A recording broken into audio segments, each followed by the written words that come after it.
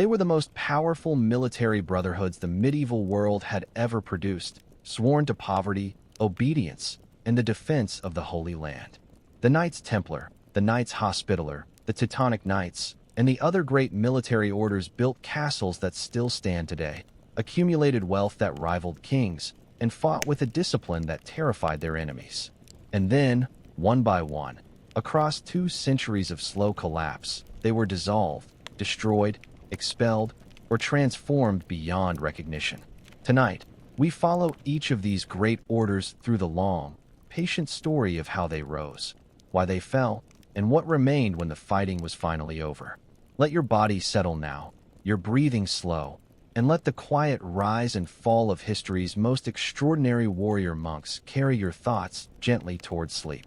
On the 13th day of October, 1307, the King of France ordered the simultaneous arrest of every Knight Templar in his kingdom, and the greatest military order in the medieval world began its final collapse.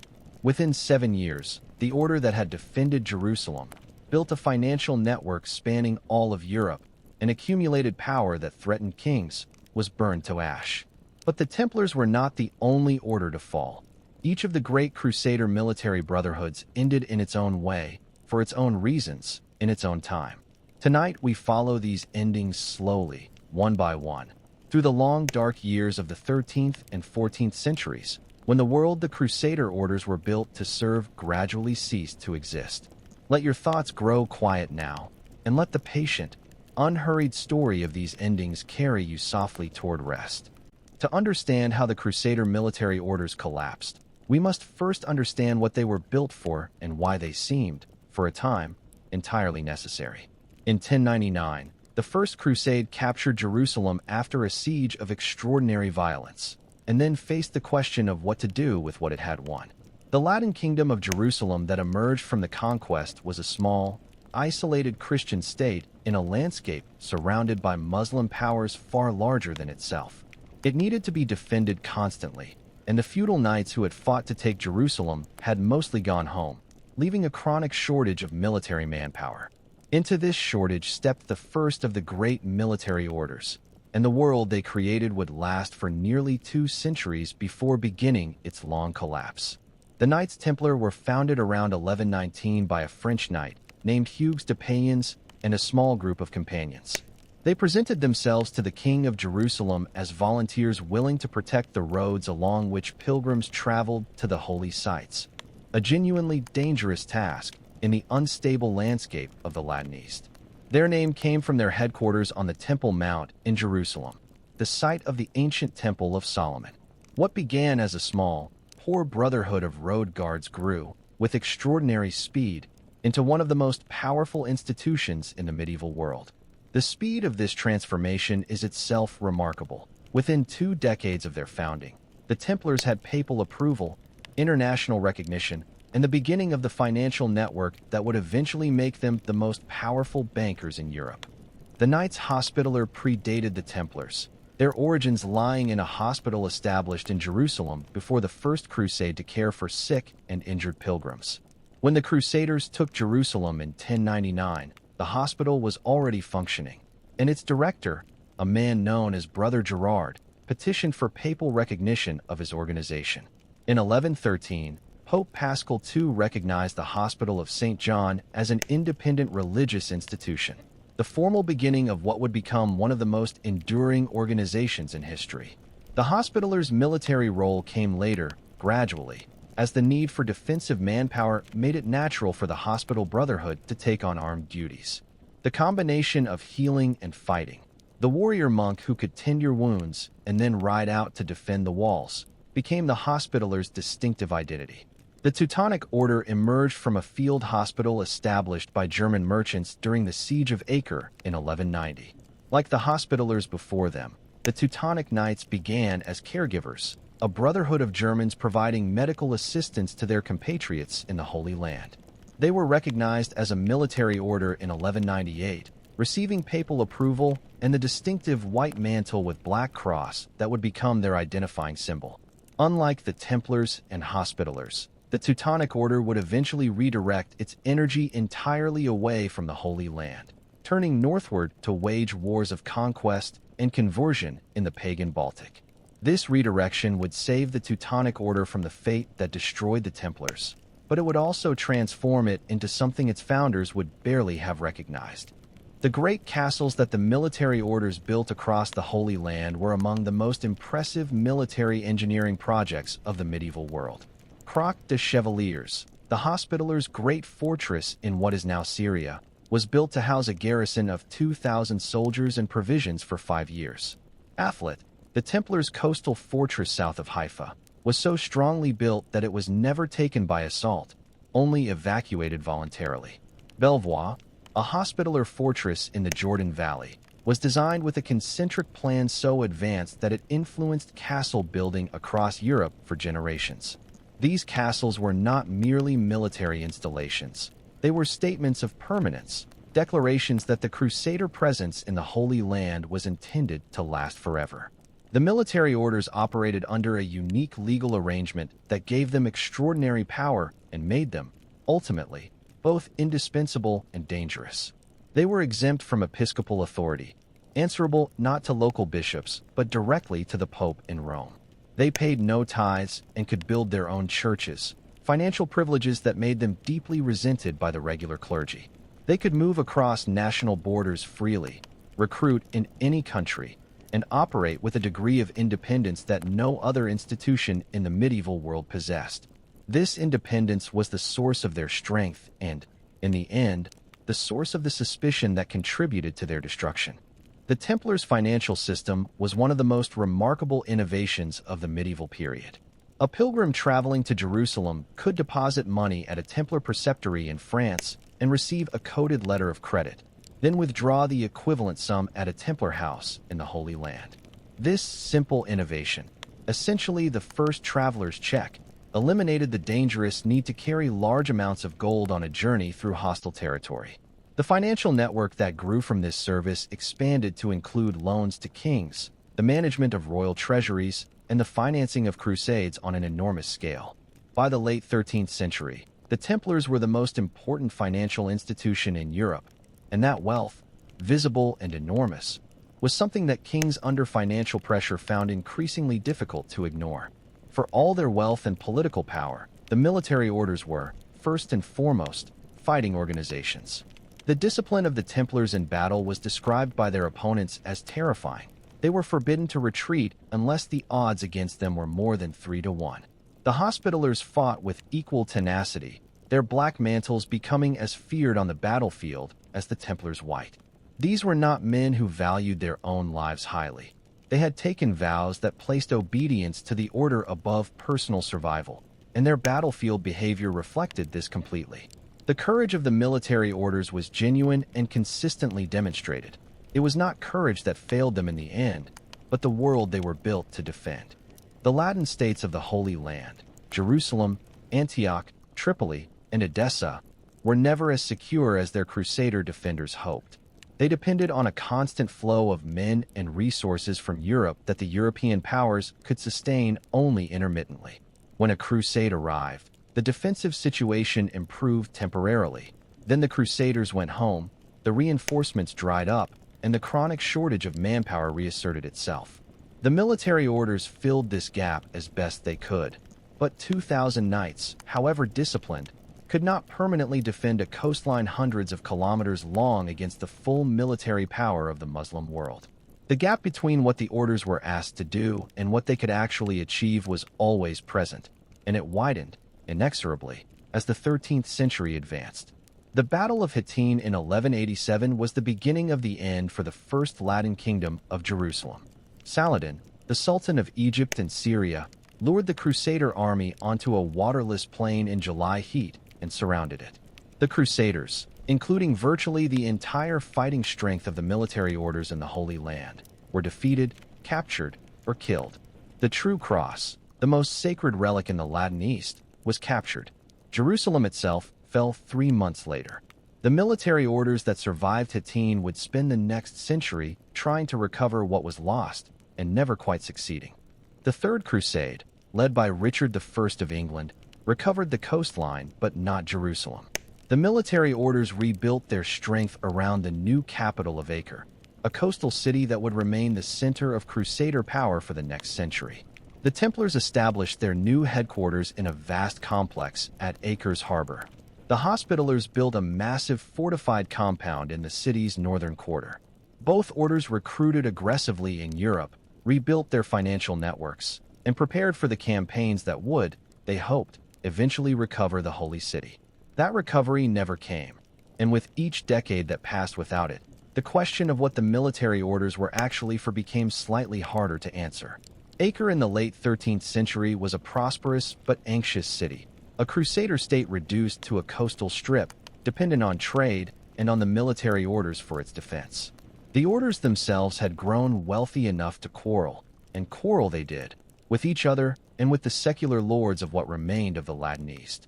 Inter-order rivalries, political disagreements, and competing ambitions diverted energy from the common cause of defense. The Mamluk Sultanate of Egypt, under a series of extraordinarily capable rulers, was systematically reducing the Crusader presence, taking fortress after fortress, year by year. The world that the military orders had been built to defend was contracting around them, slowly but without any signs of reversing. In April 1291, the Mamluk Sultan al-Ashraf Khalil arrived before the walls of Acre with an army that contemporaries estimated at 60,000 men or more. The city's defenders, Templars, Hospitallers, Teutonic Knights, and the remaining secular lords of the Latin East numbered perhaps 14,000 in total. The disparity was not unusual in the history of Crusader defense. The orders had faced worse odds before and held their ground. What was different this time was that there was nowhere left to fall back to, no relief column on its way, and no realistic prospect of a European crusade arriving in time to make a difference. The siege that began in April 1291 was not merely the siege of a city. It was the final battle for the existence of the Latin East. The Mamluk siege train was the most sophisticated in the world, the product of decades of investment in siege engineering that had methodically demolished every Crusader fortress in Syria and Palestine. 92 catapults hurled stones at Acre's walls around the clock, the noise and impact described by defenders as something that shook the earth itself. Mining operations undermined the outer walls, and by mid-May the outer defensive line had been breached. The military orders fought in the streets as the city fell, the Templars making a final stand in their great tower at the harbor's edge. The Grand Master of the Templars, William of Beaujeu, was killed in the fighting, struck by a javelin as he moved between defensive positions. As Acre fell around them, the leaders of the military orders made the decision to evacuate what they could. Ships in the harbor took off as many non-combatants as possible: women, children, the sick, and the wounded. The last Templar tower held for 10 days after the rest of the city had fallen, its defenders unwilling or unable to surrender. When it finally collapsed, burying both its defenders and the Mamluk troops who had been tunneling beneath it, the resistance of the military orders in the Holy Land was effectively over. The Hospitallers evacuated to Cyprus, the Templars to Cyprus, and then to their estates in France. Both orders in possession of enormous wealth and power, but suddenly without the purpose that had justified their existence. The fall of Acre in 1291 left the military orders in an extraordinary position, powerful, wealthy, and entirely purposeless by their own definition. They had been created to defend the Holy Land. The Holy Land was lost. What were they now? The question was immediately and urgently posed by critics across Europe, people who had long resented the order's privileges, tax exemptions, and political power. The order's answers were not entirely convincing. They spoke of future crusades, of maintaining readiness, of continuing to fight wherever the frontier of Christendom required. These answers satisfied no one completely, and they left the orders vulnerable to the argument that their privileges were no longer justified by any active service. The Templars retreated first to Cyprus, where they had a substantial presence, and then gradually shifted their center of operations to France. The island of Cyprus provided a theoretical base for future operations in the Holy Land, but in practice, it was a comfortable administrative center rather than a fighting base. The Templar Grand Master Jacques de Molay spent years lobbying the Pope for a new crusade, a genuine effort to restore what had been lost. His proposals were detailed, realistic by the standards of the time, and entirely unacted upon by the European powers. While de Molay lobbied, the Templars' enemies in France were quietly preparing a case against them, gathering allegations, coaching witnesses, and waiting for the right moment. The Hospitallers, unlike the Templars, found a new military purpose relatively quickly after the fall of Acre. In 1309, they captured the island of Rhodes from its Byzantine rulers, establishing a new base of operations in the eastern Mediterranean.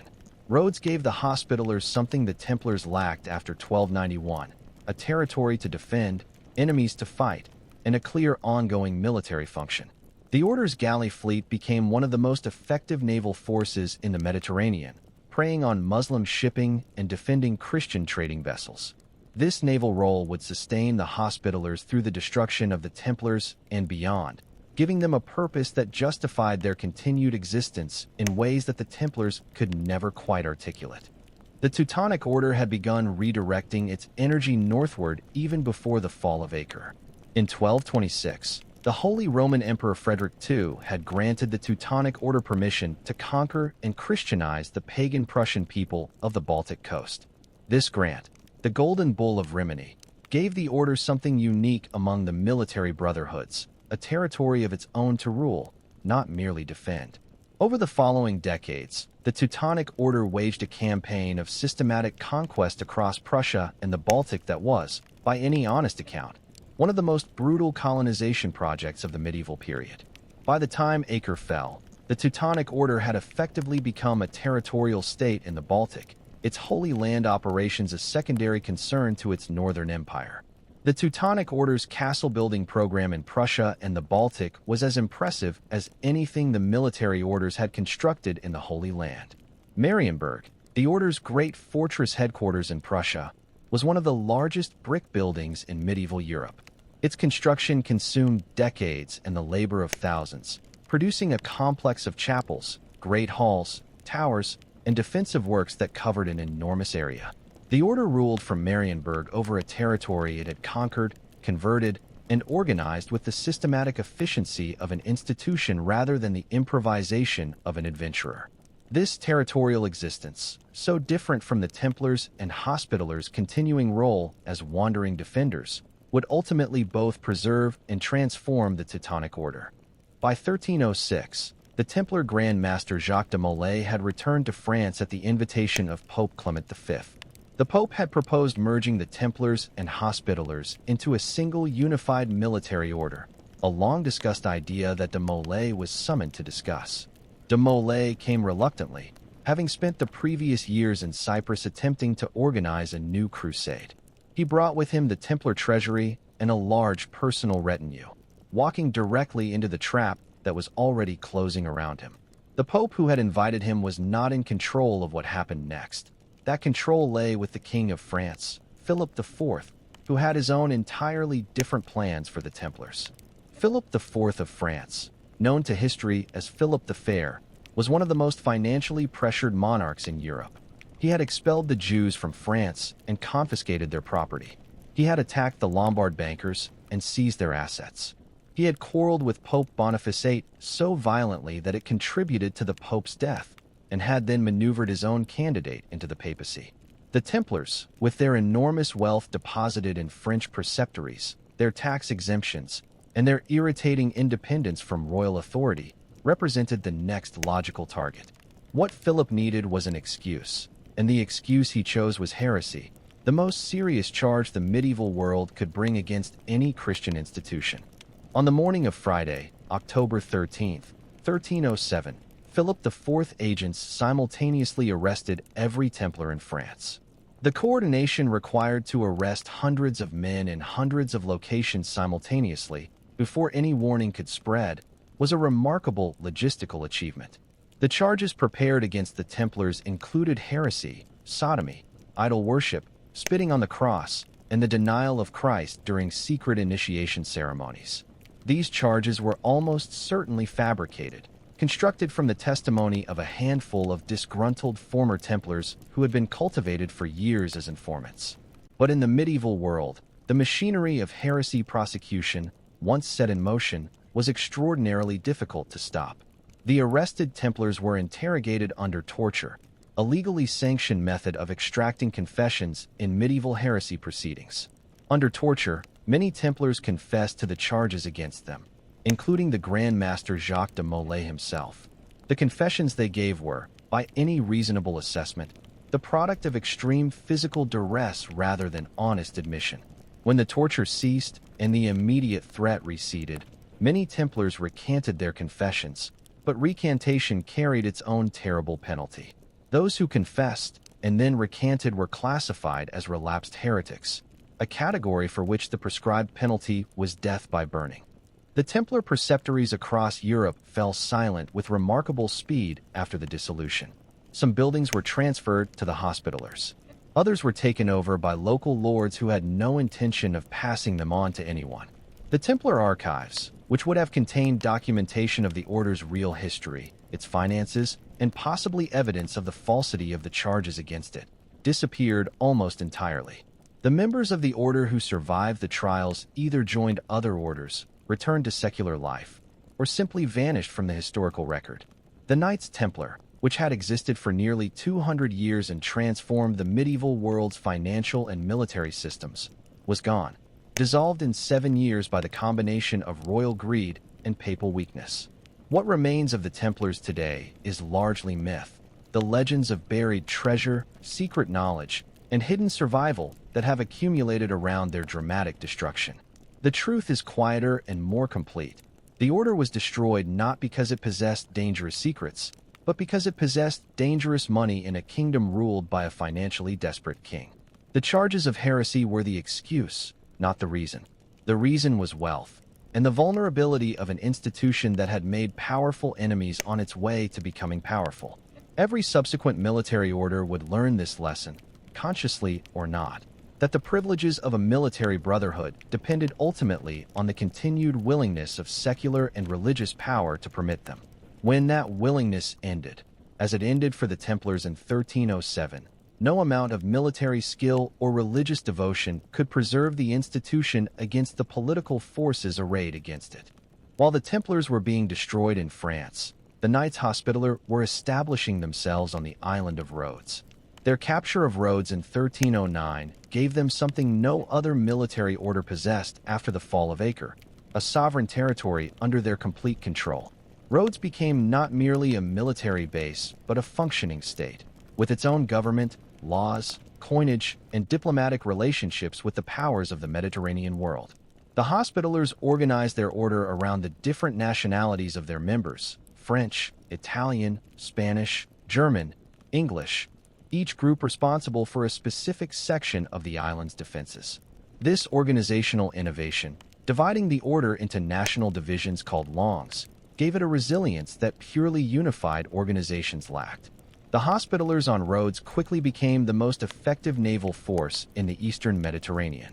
Their galleys raided Muslim shipping, intercepted slave traders, and provided protection to Christian merchant vessels on terms that blended genuine service with considerable profit. The Order's naval expertise grew with each decade of operations, developing tactics, ship designs, and command structures that would influence Mediterranean naval warfare for generations.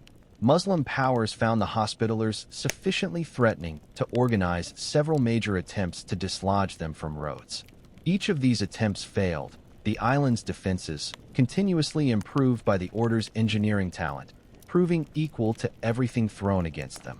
In 1480, the Ottoman Sultan Mehmed II, the conqueror of Constantinople, sent a major expedition to take Rhodes. The force that arrived before Rhodes numbered approximately 70,000 men, facing a Hospitaller garrison of perhaps 600 knights and a larger force of local soldiers and mercenaries. The siege lasted from May to August 1480, a campaign of extraordinary violence in which the Hospitallers sustained the defensive walls under continuous bombardment. The Grand Master, Pierre d'Aubusson, was seriously wounded in the fighting but refused to leave the walls. When the Ottomans finally withdrew, their siege having failed at enormous cost, Rhodes erupted in celebration, and d'Aubusson was celebrated across Europe as the savior of Christendom. The Ottoman withdrawal in 1480 was temporary, a pause, not a conclusion. In 1522, Suleiman the Magnificent, the most capable Ottoman ruler since Mehmed II, returned to Rhodes with a force estimated at between 100,000 and 200,000 men. The Hospitaller garrison numbered fewer than 7,000, of whom only 300 were Knights of the Order. The disparity was even greater than in 1480, and this time, the expected relief from European powers never arrived. For 6 months, the Hospitallers defended Rhodes against the full military power of the Ottoman Empire, a defense that won universal admiration, even from Suleiman himself. When the Hospitaller defenses finally failed in December 1522, the Grand Master Philippe Villiers de El-Aladdin negotiated a surrender with Suleiman. The terms were remarkably generous. The Hospitallers were permitted to leave Rhodes with their weapons, their treasury, their relics, and their personnel. Suleiman, by several accounts, expressed genuine respect for the defenders, a rare moment of chivalric recognition between opponents of extraordinary quality. On New Year's Day 1523, the surviving Hospitallers sailed away from Rhodes, leaving behind the island they had held for over 2 centuries. They were without a home, a military order with no territory, wandering the Mediterranean looking for somewhere to establish their next base. The 7 years following the loss of Rhodes were the most uncertain in the Hospitaller Order's history. They were offered temporary refuge in various Mediterranean ports, Crete, Sicily, Messina, but nowhere permanent. The Order's finances were strained, its membership uncertain, and its purpose unclear in a way it had never been since its earliest days. Pope Clement VII, Holy Roman Emperor Charles V, and the kings of Europe expressed sympathy but offered little concrete assistance. The Hospitallers' survival during this period depended on the Order's institutional resilience, centuries of practice at maintaining structure and discipline under pressure. The Great Siege of Malta in 1565 was, by any measure, one of the most dramatic military events of the 16th century. Suleiman the Magnificent, now elderly but still directing Ottoman strategy, sent a force of approximately 40,000 men to take the island. The Hospitaller garrison, under the elderly Grand Master Jean Parasat de Valette, numbered fewer than 9,000 in total, including Maltese soldiers and European volunteers. The siege lasted from May to September 1565, 4 months of continuous, ferocious fighting in which both sides suffered catastrophic losses. When a Spanish relief force finally arrived in September, the Ottomans withdrew, having failed, at enormous cost, to dislodge the Hospitallers from their new home. The victory at the Great Siege transformed the Hospitallers from a refugee order wandering the Mediterranean into a European institution of the highest prestige. Grand Master Valette immediately began planning a new city, to be built on the bare rock of the Sybaris Peninsula that had been the focus of the Ottoman attack. The city that rose from that rock, named Valletta after its founder, was planned from the beginning as the capital of a permanent Hospitaller state. European powers contributed money, materials, and expertise, the victory at Malta having demonstrated the Order's continuing military relevance in the age of Ottoman expansion. Valletta grew into one of the most fortified cities in Europe, a Baroque capital built on medieval military foundations, the living monument of the Hospitallers' defiance. The victory at the Great Siege transformed the Hospitallers from a refugee order wandering the Mediterranean into a European institution of the highest prestige. Grand Master Valette immediately began planning a new city, to be built on the bare rock of the Sybaris Peninsula that had been the focus of the Ottoman attack. The city that rose from that rock, named Valletta after its founder, was planned from the beginning as the capital of a permanent Hospitaller state. European powers contributed money, materials, and expertise, the victory at Malta having demonstrated the Order's continuing military relevance in the age of Ottoman expansion. Valletta grew into one of the most fortified cities in Europe, a Baroque capital built on medieval military foundations, the living monument of the Hospitallers' defiance. In 1571, the Hospitallers contributed their galleys to the Holy League fleet that defeated the Ottoman navy at the Battle of Lepanto. Lepanto was the largest naval battle in the Mediterranean since antiquity, over 400 ships on each side, more than 100,000 men involved. The Ottoman fleet was destroyed, a moment of such significance that it was celebrated across Europe as a turning point in the long struggle between Christendom and the Ottoman Empire. The Hospitallers' contribution was relatively small in numerical terms, but their long experience of Mediterranean naval warfare made them disproportionately valuable in the battle itself. Lepanto represented the high point of the Hospitallers' second phase of military activity, the naval warrior monks who had transferred their identity from land to sea without losing their essential character. The 17th and 18th centuries brought slow but significant changes to the character of the Hospitaller order. The Ottoman threat receded gradually, and with it the urgency that had sustained the order's military identity. The Hospitallers' galleys continued to operate, but increasingly as a form of institutionalized piracy rather than genuine strategic defense. The membership of the order in this period consisted largely of European aristocrats for whom a Hospitaller appointment was a social distinction rather than a military vocation. The warrior monk of the 12th century had become, by the 18th, something closer to a gentleman officer. The institution preserved, but its original spirit considerably diluted. The end of the Hospitallers' rule on Malta came not through military defeat, but through institutional collapse. In June 1798, Napoleon Bonaparte's fleet stopped at Malta on its way to Egypt and demanded the right to take on water and supplies. The Hospitaller Grand Master Ferdinand von Hompesch refused, and Napoleon used the refusal as a pretext to demand the island's surrender. The Hospitallers, their military capacity hollowed out by a century of declining martial rigor and their garrison supplemented by Maltese soldiers of uncertain loyalty, offered almost no resistance. Malta fell in 2 days, the most anticlimactic ending imaginable for an order that had resisted the full military power of the Ottoman Empire for a week, a month, and finally 6 months. The surrender of Malta in 1798 was the end of the Hospitallers as a sovereign military power. Von Hompesch was expelled from the order. Napoleon took the Hospitaller treasury, their archives, and their silver. The order scattered across Europe, seeking refuge and restoration, an institution without territory for the second time in its history. Unlike the loss of Rhodes in 1522, there would be no new island waiting for them this time. The age of military orders as sovereign territorial powers was over. The world had changed too completely for that particular form of organized Christian warfare to find a new home. The Hospitallers survived the loss of Malta by returning, in a sense, to their origins. The order that had begun as a hospital for sick pilgrims in Jerusalem gradually reoriented itself toward humanitarian work, hospitals, ambulance services, and medical care. The Order of St. John that exists today operates hospitals and ambulance services in numerous countries, training hundreds of thousands of first aiders annually. The Red Cross on white background, the Hospitaller emblem, passed through various transformations into the symbol of the International Red Cross, an organization inspired partly by the Hospitallers' long tradition of battlefield medicine. The warrior monks who had fought from Jerusalem to Rhodes to Malta had, after 8 centuries, returned to what they had always claimed to be their first and deepest purpose.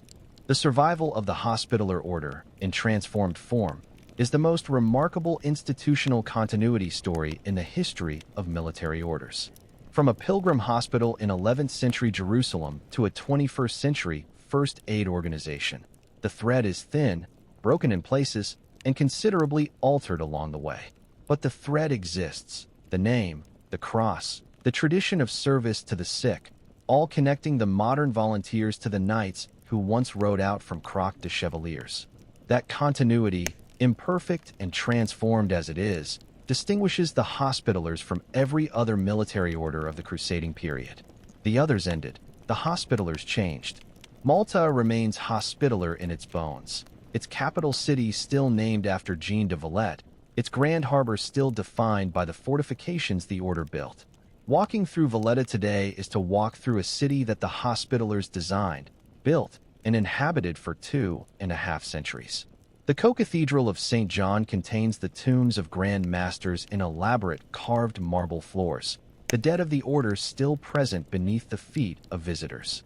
Few institutions have left as physical and enduring a mark on a place as the Hospitallers left on Malta. The fortress city they built on a rocky Mediterranean island to replace what they had lost in Rhodes is now a UNESCO World Heritage Site, a monument to the extraordinary tenacity of an institution that refused, repeatedly, to accept that its time was finished. While the Templars fell and the Hospitallers fought for survival in the Mediterranean, the Teutonic Order was building an empire in the north. The Baltic Crusades that the Teutonic Order conducted against the pagan Prussians and Lithuanians were among the longest and most sustained military campaigns of the medieval period. Beginning in the 1230s and continuing, in various forms, for over a century and a half, these campaigns converted, killed, and displaced the native populations of Prussia, Livonia, and Lithuania. The human cost was extraordinary. The Prussian people, in particular, were so completely overwhelmed that their language and culture ceased to exist as living traditions. The Teutonic Order built its state on the ruins of these cultures, a sovereign power in northern Europe that answered to the Pope but operated, in practice, with the independence of a kingdom. Marienburg, the Teutonic Order's great fortress capital, was completed in stages across the late 13th and early 14th centuries. It was the largest brick-built castle complex in the medieval world, a vast administrative, residential, and military center from which the order governed its Baltic territories. The high castle, middle castle, and low castle together covered more ground than any comparable structure in northern Europe. Within its walls, the Grand Master of the Teutonic Order ruled over a territory that included modern-day Poland's Pomerania, Prussia, and significant parts of what is now the Baltic states. The order that had begun as a field hospital in the dusty heat of the Holy Land now governed a northern European state from within a castle built of red brick in a landscape of frozen rivers and dark pine forests. The Teutonic Order's government of Prussia was, by medieval standards, sophisticated and effective. The order maintained detailed records, administered a complex legal system, encouraged trade and urban development, and managed its agricultural territories with considerable efficiency. The cities that grew up under Teutonic rule, Danzig, Königsberg, Marienburg itself, became important centers of Baltic trade. The Hanseatic League, the great Northern European Trading Confederation, developed close relationships with the Teutonic Order's territories. This administrative competence was the Order's strength in its territorial phase, but it also meant that the Order's identity gradually shifted from a religious military brotherhood to something closer to a secular state that happened to be run by monks. One of the Teutonic Order's most remarkable practices during its Baltic period was the seasonal res, the ritual military expedition against pagan or recently converted neighbors. These expeditions were not merely military operations. They were social occasions, attracting knights from across Europe who came to participate in what was framed as crusading adventure. English, French, and German knights participated regularly, some famous names among them, including Henry Bolingbroke, the future King Henry IV of England. The res combined genuine warfare, elaborate ceremonial, and the social prestige of participating in a crusading enterprise at a time when the Holy Land was lost. It was, in some ways, a substitute for the Crusades that the fall of Acre had made impossible, a way of maintaining the crusading identity of European knighthood when the actual Holy Land was no longer available. The crisis that would eventually break the Teutonic Order's power came from an unexpected direction. In 1386, the Grand Duke of Lithuania, Jogaila, married the Queen of Poland and converted to Christianity. This conversion was catastrophic for the Teutonic Order. Its entire justification for fighting in the Baltic had been the presence of pagans to convert. With Lithuania's conversion, the order lost the religious legitimacy that had justified its wars and the crusading pilgrims who had fought in them. More practically, the union of Poland and Lithuania created a vast, powerful, Christian state on the order's eastern and southern borders, a neighbor far more dangerous than any pagan enemy. The Battle of Grunwald in July 1410 was the largest land battle in the history of medieval Europe. The combined Polish, Lithuanian, Russian, Czech Tartar force numbered perhaps 39,000 men. The Teutonic Order fielded approximately 27,000. The battle lasted the entire day, beginning in the morning heat and not concluding until evening. The Teutonic Order was catastrophically defeated. The Grand Master Ulrich von Jungingen was killed in the fighting, along with the majority of the Order's senior leadership. The battle did not destroy the Teutonic Order immediately. The Order survived and even negotiated a relatively favorable peace. But Grunwald marked the moment when the Order's military dominance in the Baltic was permanently broken. After Grunwald, the Teutonic Order faced a generation of political crisis, wars, defeats, and the gradual erosion of its territorial control. The 13 Years' War, which began in 1454 when the Prussian cities and nobility rebelled against Teutonic rule and invited Poland to intervene, proved decisive. In 1457, the order was forced to sell Marienburg to its own mercenaries, soldiers who had not been paid and who found a ready buyer in the Polish king. The loss of Marienburg was symbolic as well as practical. The great fortress that had been the Order's capital for over a century fell without a siege, sold by the Order's own unpaid garrison. The Second Peace of Torun in 1466 forced the Teutonic Order to surrender Western Prussia to Poland and to acknowledge Polish suzerainty over Eastern Prussia, a humiliation that reduced the Order from a sovereign power to a Polish vassal. The transformation of the Teutonic Order from a religious military brotherhood to a secular state was completed, ironically, by an act of religious conversion. In 1525, Grand Master Albert of Brandenburg-Ansbach converted to Lutheranism and secularized the Order's Prussian territories, converting them into the hereditary Duchy of Prussia. Albert had been influenced by Martin Luther personally, and saw in the Reformation both theological conviction and a practical solution to the Order's impossible position. By secularizing Prussia, Albert ended the Teutonic Order's existence as a sovereign power in the Baltic, but he also created the state that would eventually become the Kingdom of Prussia and ultimately the dominant power in 19th century Germany. The Teutonic Order thus ended not in military defeat or royal suppression, but in self-dissolution, an institution that converted its own territory into a secular state and walked away from its religious character. The dissolution of Prussian Teutonism did not entirely destroy the order. A remnant continued to exist in Germany and in the Habsburg territories. This reduced Teutonic Order continued to function as a religious institution, maintaining some charitable activities and a ceremonial military identity. Napoleon dissolved the German branches of the order in 1809 as part of his systematic reorganization of German institutions. The order survived even this, reconstituted in Austria under Habsburg patronage, gradually transitioning toward a more purely charitable focus. The Teutonic Order that exists today is a small Catholic religious institution based in Vienna, its military character long since abandoned, its ancient identity maintained primarily through its ceremonial traditions and its care for the elderly. The Black Cross of the Teutonic Order became, through a series of historical transformations, one of the most recognizable symbols in the world. The Iron Cross, the military decoration of the Prussian and German armies, derived directly from the Teutonic Cross. The Prussian military identity that eventually unified Germany under Bismarck drew consciously on the Teutonic Order's tradition of disciplined, efficient, militarized governance. This inheritance was, at various points in history, celebrated as a noble tradition and condemned as the cultural root of German militarism. The Teutonic Order of the 21st century has deliberately distanced itself from these later associations, presenting itself as a charitable religious institution with no connection to the militaristic traditions that borrowed its symbols. The landscape of modern Poland, Lithuania, and the Kaliningrad region still bears the physical marks of the Teutonic Order's centuries of rule. Castles and fortifications built by the Order survive in various states of preservation across the former territories.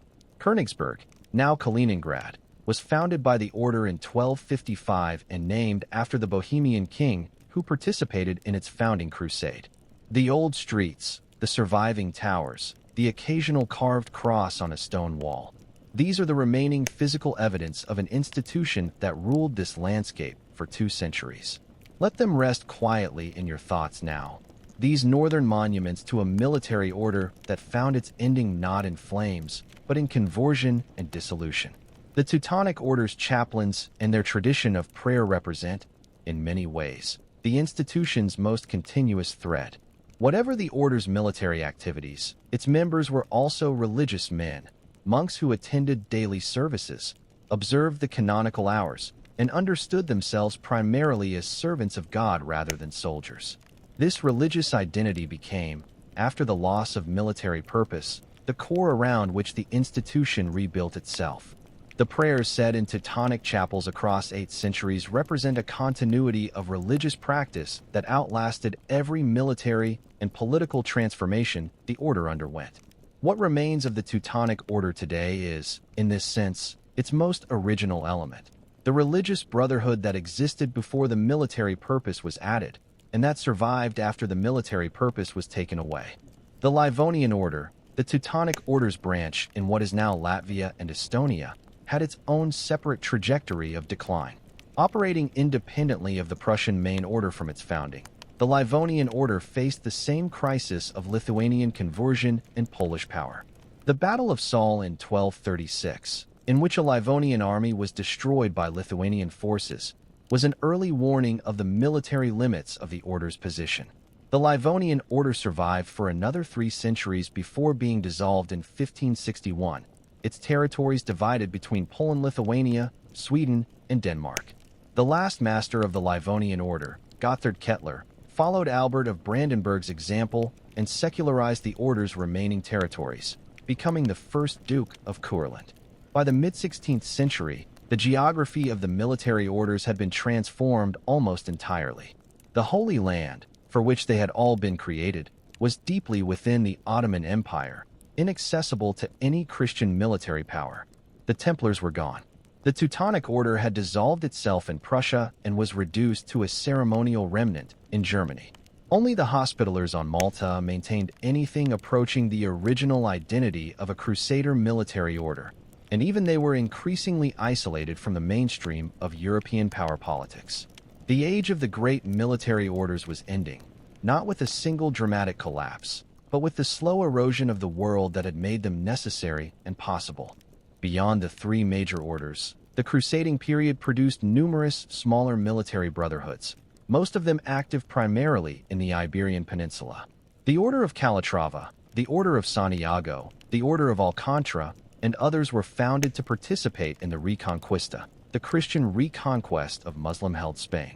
These orders were, in some ways, more politically integrated with the kingdoms they served than their counterparts in the Holy Land. When the Reconquista was completed with the fall of Granada in 1492, these orders faced the same existential question the Templars and Hospitallers had faced after 1291. What are we for now? Their answer was different from the Templars' tragedy and the Hospitallers' transformation. They were absorbed into the Spanish crown, their wealth and organization incorporated into royal service. Ferdinand and Isabella of Spain used the military orders of Iberia as tools of royal consolidation in the decades after the Reconquista. The grand masterships of the orders, previously elected positions within the brotherhoods, were gradually absorbed by the crown.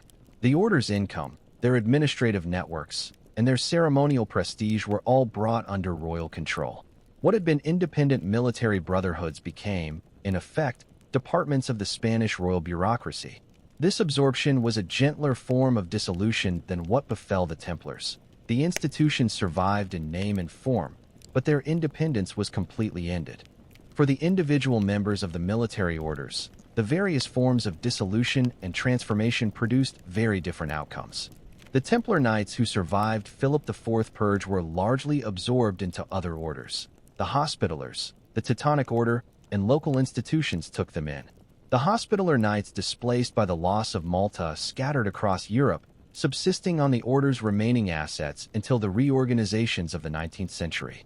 The Teutonic Knights who did not follow Albert of Brandenburg into Lutheranism continued in the Austrian remnant, gradually aging out of any military identity. For all of them, the end of the order's active purpose meant the end of the life they had trained for, vowed to serve, and in many cases given their youth and health to maintain. The military orders carved their marks into the physical fabric of the medieval world, and those marks have proven more durable than the institutions themselves. Templar-round churches survive in London, Cambridge, and numerous other cities, built in conscious imitation of the Church of the Holy Sepulchre in Jerusalem. Hospitaller fortifications define the skylines of Valletta, Rhodes, and numerous other Mediterranean locations. Teutonic castles define the landscape of Poland and the Baltic in ways that 8 centuries of subsequent history have not erased. The orders are gone, but their buildings remain, patient and permanent, outlasting everything that was human and temporary about the institutions that built them. The collapse of the Crusader military orders raises a question that their members would have found deeply uncomfortable. Were they ever really winning? The Holy Land was held for less than 2 centuries before being definitively lost. The Baltic territories were secularized within 2 centuries of their conquest. The financial and organizational power of the orders proved, in the end, to be more durable than their military achievements. Yet this reading, that the orders were a long, expensive failure, misses something important about what they actually accomplished. The orders created institutions of extraordinary durability and adaptability. The Hospitallers, in particular, demonstrating a capacity for reinvention that few human organizations have ever matched. The physical remains of the military orders, their castles, churches, and hospitals, represent one of the most significant contributions to the built environment of the medieval world. Croix de Chevaliers in Syria, Crac de Montreal in Jordan, Belvoir in Israel, the Templar complex in Jerusalem, Marienburg in Poland. These are not merely ruins, but functional demonstrations of medieval engineering at its finest. The architectural innovations developed by the military orders, concentric castle design, sophisticated water management, complex defensive systems, influenced building throughout Europe and the Near East. This architectural legacy outlasted the political and military failures that accompanied it, the castles more permanent than the kingdoms they were built to defend. There is something quietly moving about walking through a Crusader castle today. The stones built for a purpose that failed, still standing after the purpose, and the people who held it are entirely gone. The military orders also contributed to the intellectual life of the medieval world in ways that are sometimes overlooked. Their preceptories and commanderies maintained libraries, supported scribes, and provided education to the order's members. The Templar financial system, in particular, required sophisticated record-keeping, accounting, and communication, skills that contributed to the development of commercial literacy across Europe. The Order's diplomatic networks, stretching from England to the Holy Land and from Scandinavia to North Africa, carried information and ideas as well as military and financial resources. In collapsing, the Orders also collapsed these intellectual and administrative networks, a loss to the medieval world's information infrastructure that is difficult to quantify, but probably significant. The military orders were, throughout their history, institutions of considerable wealth operating in a world of widespread poverty. The peasants who farmed the order's extensive European estates had complex and often tense relationships with their institutional landlords. The orders were not consistently cruel or exploitative masters. Some administered their estates with genuine paternalism and provided hospitals and charitable services to their tenants. But the fundamental inequality between the privilege of the military brotherhood and the circumstances of those who worked its lands was always present and always resented. When the orders fell, many of the people who had lived under their authority felt something closer to indifference than grief. The great institutions that had dominated their landscape had never truly been their own. The military orders were, from their earliest days, dependent on the continuing commitment of European Christendom to the crusading ideal. That ideal was never universally shared.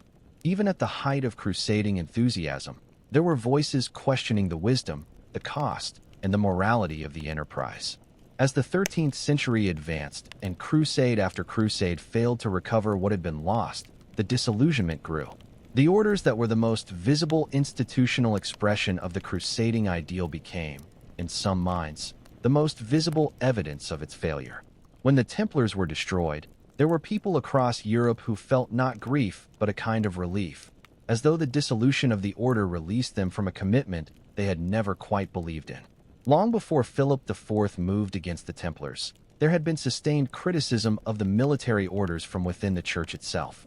Critics argued that the order's extraordinary wealth had corrupted their original poverty, that their independence had made them arrogant, and that their military value had been consistently overstated. The proposed merger of the Templars and Hospitallers, discussed for decades before the Council of Vienne, was itself a recognition that two separate orders were less efficient than one. The reforms that might have preserved the orders in modified form were never implemented. The Templars were destroyed too quickly, and the Hospitallers were too valuable in the Mediterranean to dismantle. The history of what might have been a reformed, merged, more modest military order that survived into the modern world is one of the more interesting counterfactuals in medieval history. The 15th century saw several serious attempts to organize new crusades, particularly in response to the Ottoman conquest of Constantinople in 1453. Pope Pius II planned a crusade of such ambition that he personally proposed to lead it, and died at Ancona in 1464 while waiting for the fleet to assemble. The military orders were expected to participate in these planned crusades, and the Hospitallers in particular took their crusading obligations seriously. But the European powers that would have had to fund and man a crusade were too divided, too financially strained, and too occupied with their own conflicts to commit seriously to a new Eastern enterprise. The crusading ideal survived as rhetoric, as aspiration, and as the justification for the military order's continued privileges long after it had ceased to be a realistic military program. The Protestant Reformation that began in 1517 struck the military orders a blow almost as severe as the fall of Acre. Protestant theology had little patience for the religious justifications that sustained the orders. Monk soldiers fighting for remission of sins sat uneasily with Lutheran and Calvinist ideas about grace and salvation. In territories that adopted Protestantism, the military orders' monasteries and preceptories were dissolved along with other Catholic institutions.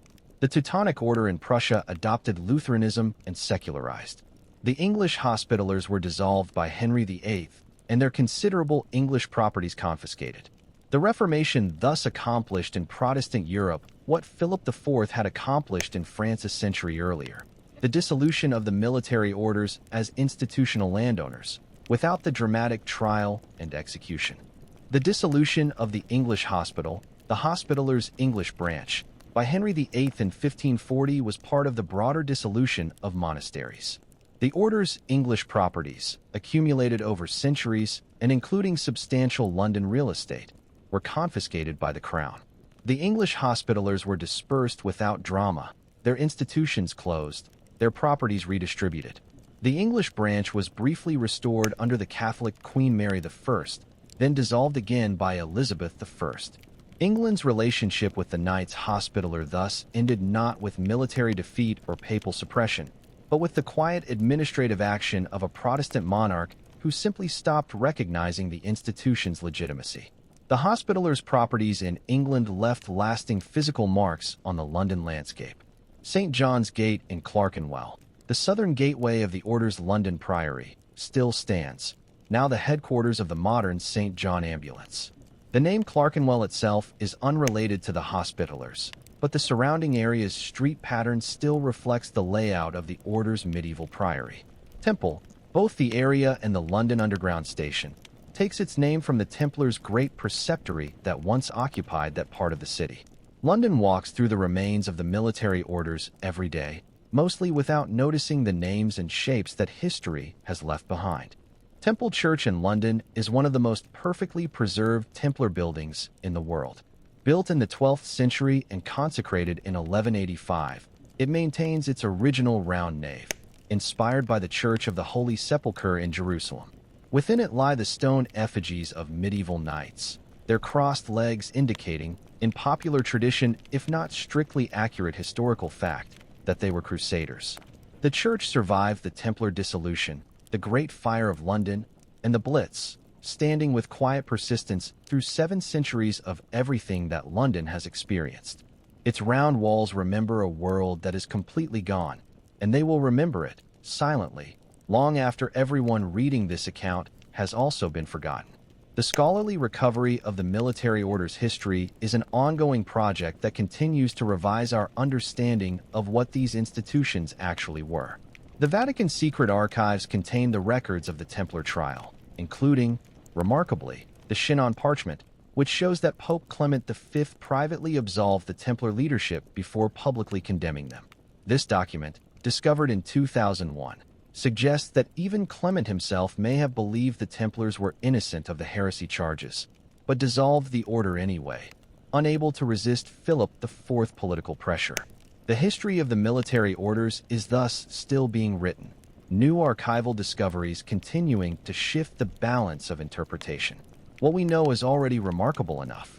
What we may yet learn is unpredictable. History's archives give up their secrets slowly, on their own schedule, without regard for our impatience. The individual members of the military orders were, above all, human beings, capable of faith and doubt, courage and cowardice, devotion and self-interest. The grand narratives of institutional rise and fall can obscure the human scale of what the orders were: communities of men living together, eating together, praying together, and fighting together. The bonds formed within a Templar preceptory or a hospitaller commandery were as real and as complicated as the bonds formed in any closed community. When the orders were dissolved, these communities were broken. The daily rhythm of communal life, prayer, and shared purpose simply stopped. The individual men who had given years or decades to this life were left to find their way in a world that no longer had a place for what they had become. The relationships between members of different military orders were complex, sometimes collegial, sometimes competitive, occasionally hostile. The Templars and Hospitallers quarreled repeatedly in the Holy Land. Disputes over territory, over strategy, and over the endless frictions of neighboring institutions competing for the same resources. Yet in moments of genuine crisis, the orders often fought alongside each other with genuine coordination and mutual respect. The shared experience of combat and the shared loss of the Holy Land created bonds that transcended institutional rivalry. The knight who had fought alongside a Hospitaller at Acre and then watched the Templars destroyed by a French king would have had complicated feelings about the nature of loyalty, institution, and brotherhood that no surviving document records with any fullness.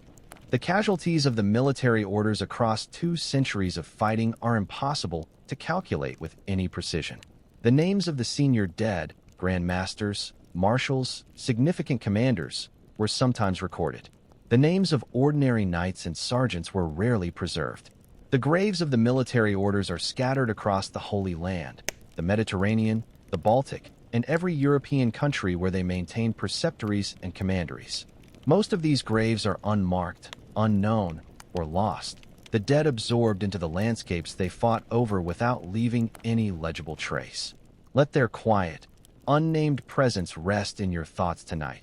The thousands of individual lives that the institutional histories compress into a few dramatic episodes. For many members of the military orders in their final centuries, old age arrived within the institution's walls, in the commandery or preceptory where they had lived much of their adult lives. A Hospitaller knight who had joined the order as a young man in the 16th century might spend 60 years within its structures, its discipline, its daily rhythms, its communal life the only home he had known.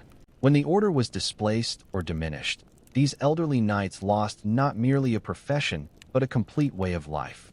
The institutional history that records their order's collapse rarely pauses to consider what this displacement meant at the level of individual human experience. Tonight, in the quiet of this long, slow story, let that individual human scale be present. The old knight, his castle, his cross, and the world that changed around him without asking his permission. The weapons of the military orders were blessed by priests, consecrated to specific purposes, and carried with a ritual significance that secular soldiers did not attach to their arms. A Templar knight who surrendered his sword at the order's dissolution was surrendering not merely a weapon, but an object with a religious meaning, a thing that had been part of his vow. What happened to these weapons, scattered across Europe after the various dissolutions, is largely unknown. Some survived in collections, in church treasuries, in the hands of families whose ancestors had served the orders. Most are gone, objects of iron and steel that eventually rusted, broke, or were melted down for other purposes, following their owners into the ordinary silence of things that have been used up and put aside. Jerusalem, the city for which the military orders were created, around which their entire justification was built, remains today what it has always been. A city of extraordinary beauty and extraordinary complication, of multiple claims and multiple meanings, of faith and politics inextricably and perhaps permanently entangled. The Crusaders who fought and died for it, the military orders who devoted their institutional existence to its defense, left no permanent mark on the city's governance. The walls they built have been rebuilt by others. The churches they constructed have sometimes been converted, sometimes demolished, sometimes preserved. Jerusalem endured the Crusaders as it has endured everything else, absorbing, transforming, and continuing its own complicated existence long after the institutions created in its name have dissolved. The great castles of the military orders stand tonight in various states of preservation, some restored, some ruined, some absorbed into later buildings that have hidden them almost completely. Croix de Chevaliers in Syria, Marienburg in Poland, the fortifications of Valletta in Malta, each one a monument to a military order's particular history. They were built to last, and they have lasted, outliving the orders that built them by many centuries. In this durability, there is something like the answer the orders themselves would have wanted to give to the question of whether their work mattered. The stones remain. The work was done. Whether it served the purpose intended is a question the stones do not answer. The dissolution of the Knights Templar in 1312 was, by any measure, one of the most dramatic institutional collapses in medieval history. An order that had existed for nearly 200 years, that had accumulated wealth rivaling kingdoms, and that had been the most powerful military brotherhood in Christendom, was ended by a papal decree in a matter of years. The charges against it were almost certainly false. The process by which it was destroyed was deeply unjust by any reasonable standard. And yet the dissolution held. No subsequent reversal, no vindication, no restoration. The candle went out. The dark that followed was complete.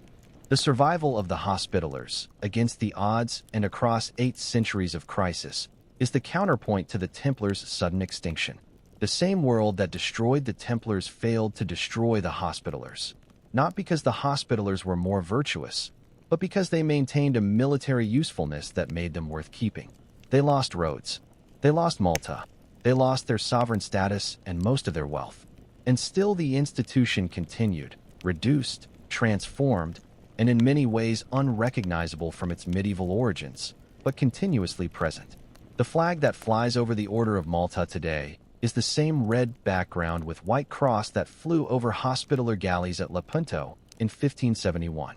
The Teutonic Order's transformation from crusading military brotherhood to secular duchy to charitable religious institution represents the most complete metamorphosis of any of the military orders. Along the way, it lost its religious character, then partially recovered it, lost its territory, then accepted new territory, lost its military identity, then abandoned the pretense of retaining it. What remains of the Teutonic Order today is more closely related to the order's founding hospital than to anything it became in the intervening centuries. The wheel, in a sense, turned all the way around, from hospital to army to state to hospital again, with many centuries of complicated history in between. Whether this constitutes survival or substitution is a philosophical question the order itself probably prefers not to examine too closely. The cross that each military order wore in its own particular form, red for the Templars, white for the Hospitallers, black for the Teutonic Order, was more than a symbol. It was a promise, to God, to the Church, and to the community of Christendom, that the person wearing it had dedicated their life to a specific purpose. When the orders dissolved, the crosses came off, the promise formally ended, the dedication released. But the physical crosses, carved in stone, painted on plaster, cast in metal, proved impossible to entirely remove. They remain, in churches and castles and city walls across Europe and the Middle East, marks of a promise made 7 or 8 centuries ago, still visible to anyone patient enough to look for them. The prayers of the military orders, the regular daily offices that every member was required to attend, continued for as long as the institutions continued. In the darkest periods, during the Templar trials, during the loss of Rhodes, during the siege of Malta, these prayers continued alongside the crisis. The discipline of prayer, maintained even when everything else was collapsing, was perhaps the deepest element of what made the military orders genuinely monastic as well as military. It is difficult to know whether these prayers were answered in any meaningful sense. The historical record suggests that the outcomes the orders prayed for were frequently not the ones they received. But the prayers themselves were real, human beings asking for help in the only way they knew, in circumstances that were frequently genuinely terrible. The sea that the Hospitallers patrolled from Rhodes and Malta was the same sea that connected every part of the Mediterranean world. It carried trade goods, passengers, soldiers, and pilgrims, the same sea that the Crusaders had crossed on their way to the Holy Land, and that their enemies crossed on their way to attack them.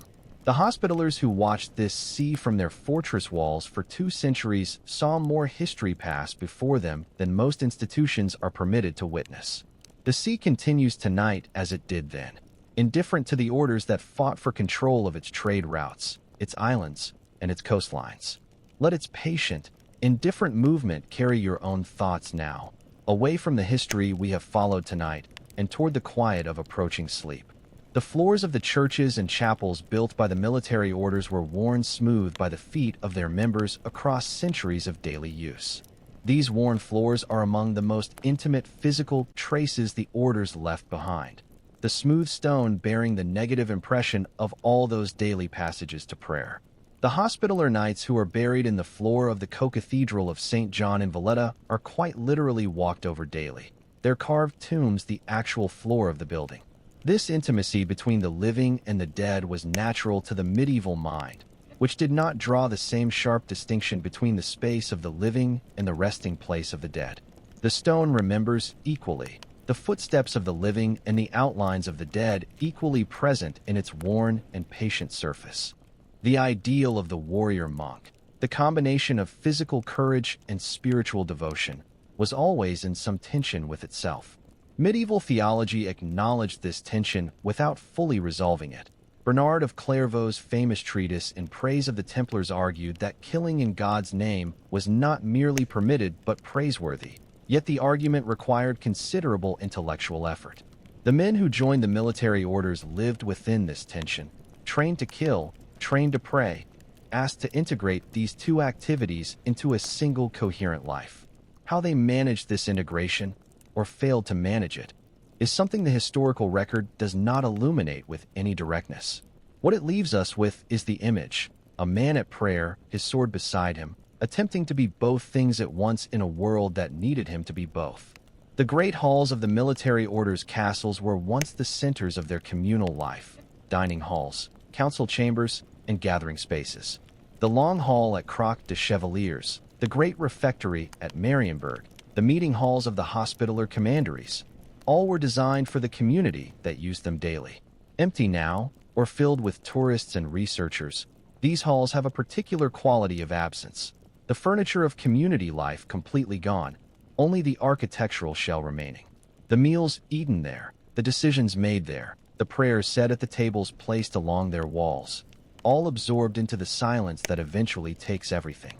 Let that silence settle over your own thoughts now, as we move toward the end of tonight's long and patient journey through the collapse of the Crusader orders. The effigies of military order knights that survive in European churches represent the order's own attempt to be remembered. These stone figures, hands clasped in prayer, feet resting on heraldic animals, faces conventionalized rather than individual, were commissioned by men who knew their names would eventually be forgotten. The act of commissioning an effigy was a kind of insurance against complete oblivion, a bet that stone would outlast memory. In many cases, the bet paid off. The effigy survives when every other trace of the man it represents has disappeared. Yet even the effigy is only a representation, not the person. The stone preserves the idea of the man while the man himself is entirely gone.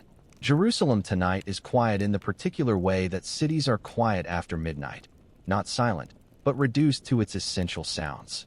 The old city contains within its walls the accumulated presence of every civilization that has claimed it, and every military order that fought for it is present, somewhere in its stones.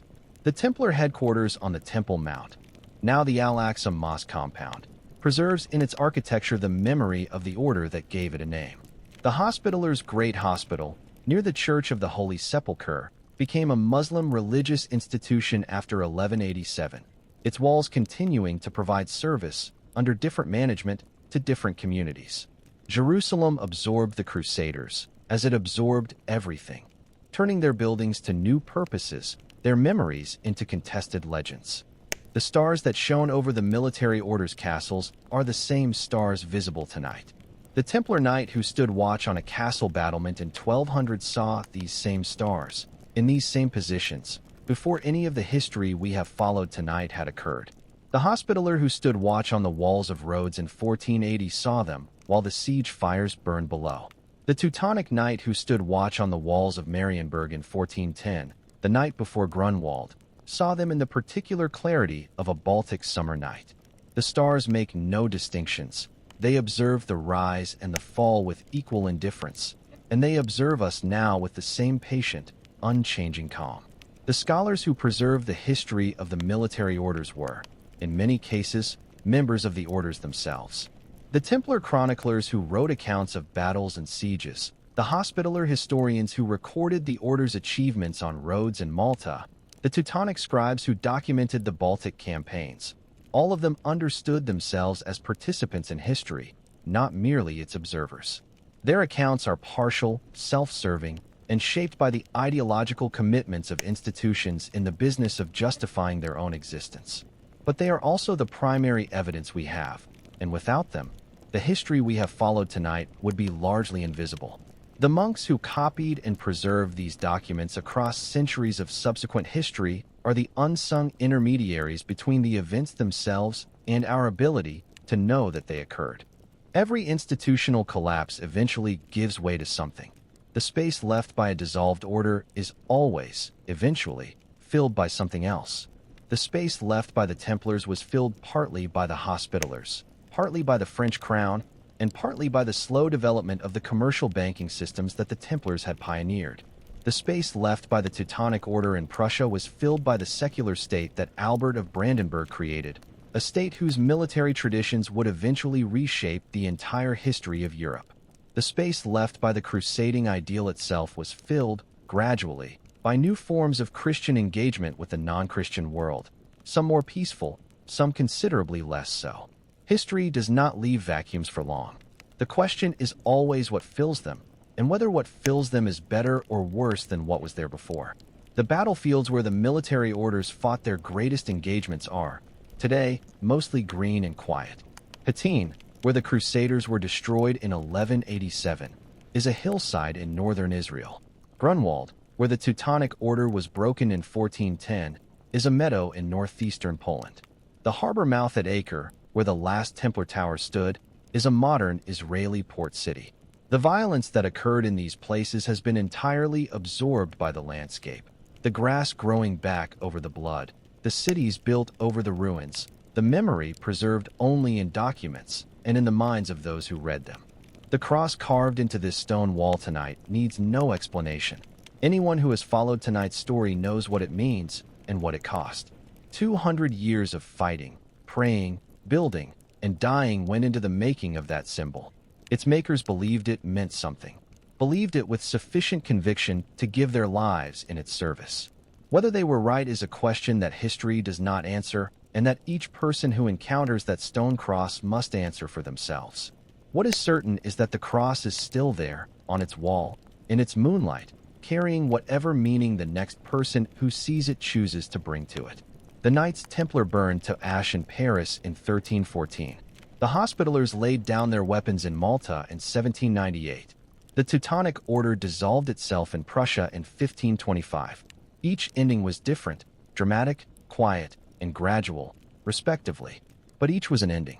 The world that produced these institutions needed them, used them, abused them, and finally dissolved them no longer exists. What remains is the stone, the cross, the document, and the quiet persistence of the stories themselves. Let the last light go out now, gently, the way all endings go, without drama, without resolution, simply by ceasing to be present. The landscape of the former Crusader military orders stretches across 3 continents tonight: the Holy Land, the Mediterranean, the Baltic. In all of these places, the night is the same night, the stars the same stars, the stones the same stones that witnessed everything we have followed. The orders are gone. The causes they fought for are transformed beyond recognition or abandoned entirely. And yet something persists, in the buildings, in the names, in the crosses still carved into walls that have survived everything else. Let that persistence be the last thought you carry tonight. as sleep arrives to take its own quiet and patient hold. And so, the long and patient story of how every major Crusader military order collapsed comes quietly to its end. We have followed the Templars from their founding to their burning, the Hospitallers from Jerusalem to Malta, the Teutonic Order from Prussia to dissolution. Each order's collapse was different. Each carried within it the particular character of the institution. The Templars destroyed from without, the Teutonic Order transformed from within, the Hospitallers diminished but surviving. What they shared was the experience of building something extraordinary in service of a purpose that the world eventually ceased to provide for them. Good night, and rest peacefully within the long, complicated, and quietly extraordinary story of the men who built castles for God and watched them fall, one by one, into the patient dark of history.